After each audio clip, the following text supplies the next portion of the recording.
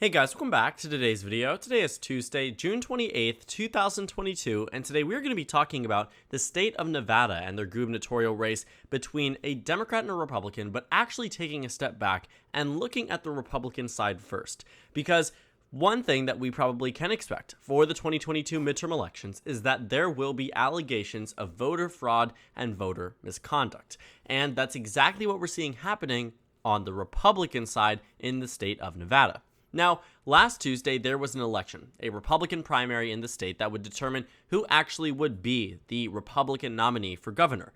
And the results were very clear. Joe Lombardo ended up winning with 38% of the vote to his next contender, Joey Gilbert, at 28%.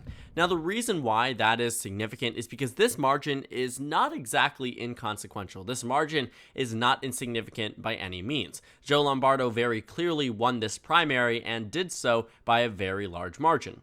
But as you might have been able to tell from the headline that I showed you as we introduced this video, we see that Joey Gilbert, the runner-up in this Republican primary, has vowed to contest the election and has refused to concede in this race. That is significant largely because this puts the GOP in a tricky position. The Nevada Republican Party has already congratulated Joe Lombardo on his victory within the state, but if you have about 1 in 4 Nevada Republican primary voters being told that their primary was rigged, it gets difficult to see how many people will begin to back the top contender here, Joe Lombardo, in the general election. Now, this isn't to say that Democrats are automatically going to win this race simply because a runner-up in a Republican primary refuses to concede. It's sort of similar to what we saw with Dr. Oz and Dave McCormick back in the Pennsylvania Senate GOP primary. But then again, we did see some damage to Dr. Oz's name and recognition as a result of this continued and prolonged primary, well beyond when the primary had actually occurred. The Nevada Republican primary, as I mentioned previously, was very clear, and people knew who was going to be the nominee practically from the very beginning. If you take a look at the political betting market in this state, for the entirety of the past 3 months, we have known who was going to win. It was a near certainty for a good reason, because voters were very clear about who they wanted in the preliminary polling data. They were very clear about who they wanted during the entirety of the campaign season. And the noise you're hearing is my desk. I'm rising it up so I can actually stand while talking to you guys because it's a little bit easier for me to do it that way. But the point being that we knew who was going to win from the beginning, the results were very clear, and yet now somehow there are allegations of voter fraud and voter misconduct that puts Republicans in the position where they now need to sort of prove to their own constituents, prove to about a fourth of their voting electorate that Republicans didn't cheat in this election to get Joe Lombardo elected, and voters might not necessarily believe them. The point is that in contentious primaries, you might find those who are just so upset about whoever wins the nomination that they may not vote in the general election. I don't think that will be the case with Joe Lombardo to a point where he would automatically lose the general election. I think he has a very good shot at winning this November. But what I do think, though, is that should this margin come down to less than a percentage point, had Joey Gilbert immediately chosen to concede the race, it might have made a difference. Because voters here aren't going to be as trusting in the nominee that they might think unfairly won. Joey Gilbert asserts that he won the most votes and that he is willing to go after it, go to court over it, and make his case heard. It's something that we saw happen in Nevada back during the 2020 presidential election when Joe Biden won the state by a margin of about 2.4%. It was a margin that was very similar to what Hillary Clinton's was, but obviously there were many more allegations of voter fraud in 2020 rather than 2016, at least from Republicans, because the presidential election victor was different. When Donald Trump won in 2016, he did not raise many allegations, at least, of voter misconduct and voter fraud. He did say that he won the popular vote, which we know entirely is false. Same thing in 2020. But he made that argument, but never really went to the extent that he did during the 2020 election. Well, looking at the state of Nevada in 2020, there were many allegations that the state was stolen, that the state was originally a Trump state and Democrats stuffed ballots into the state to make it a Biden state.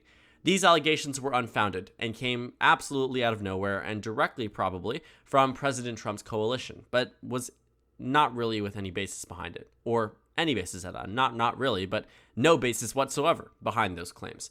So Nevada never really pursued, or those in Nevada never really pursued that many movements to recount the votes or change or alter the results. They have 2 Democratic senators, most of the representatives are Democrats, and they have a Democratic governor. It just wasn't in the works to see Nevada flip their electoral college vote simply because some Republicans thought that Donald Trump had won in the state.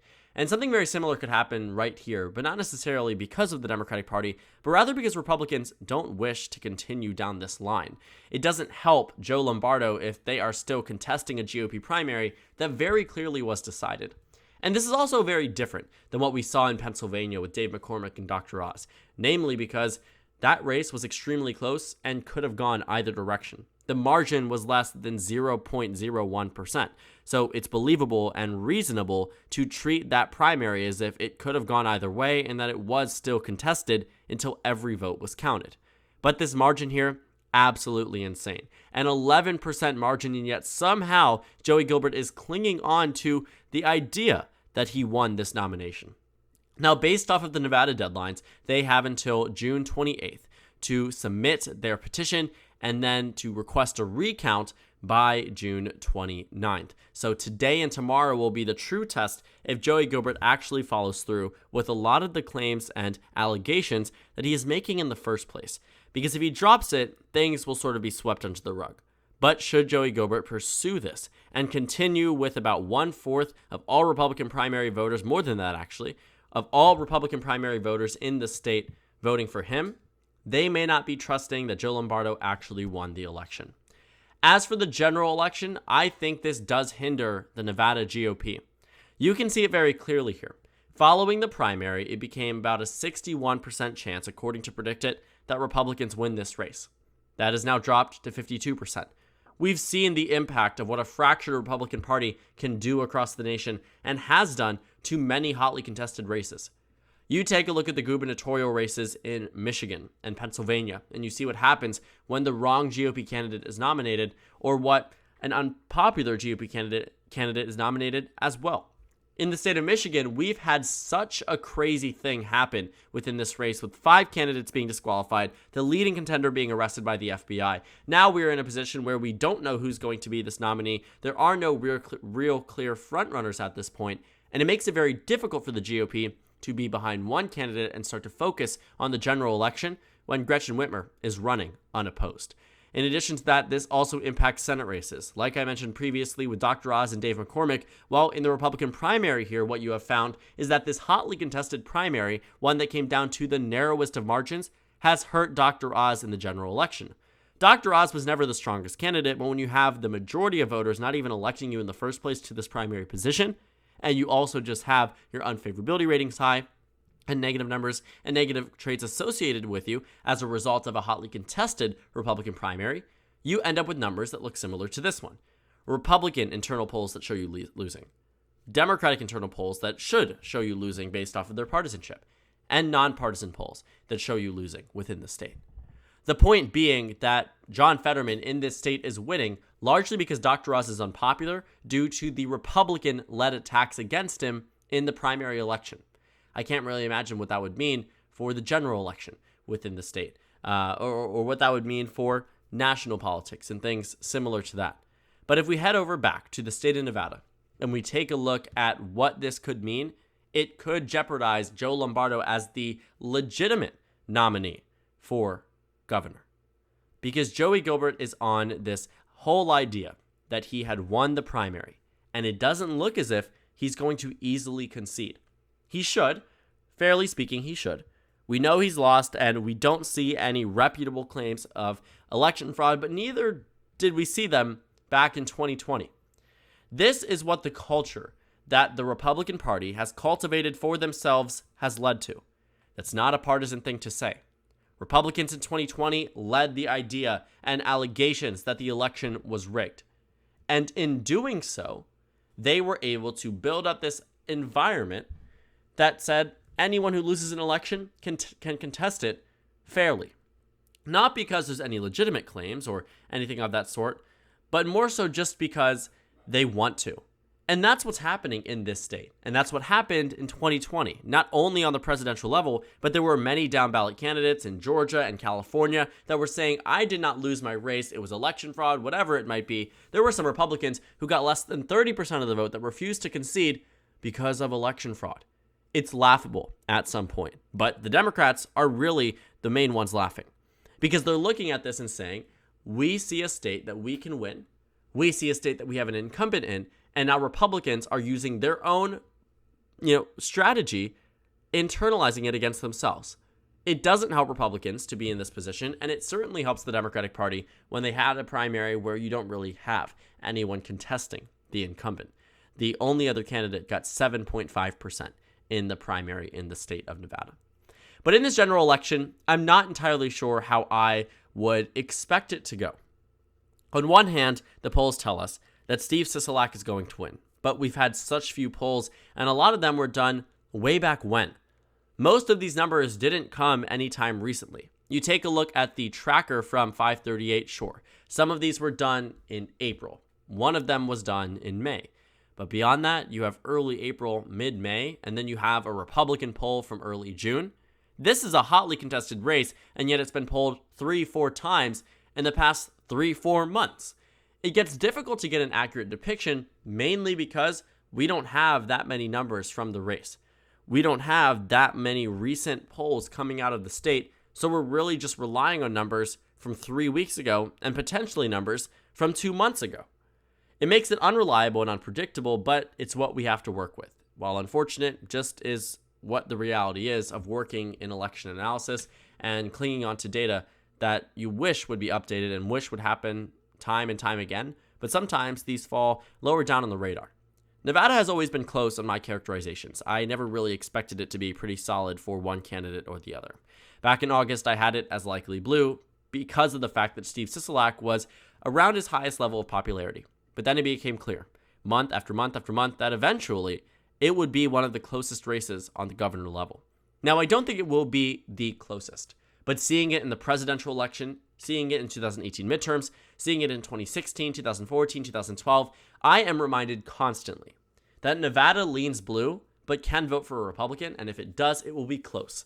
Remember, it leans blue, historically is blue, but can vote for a Republican, and if it does, it will be narrow, which means every vote counts.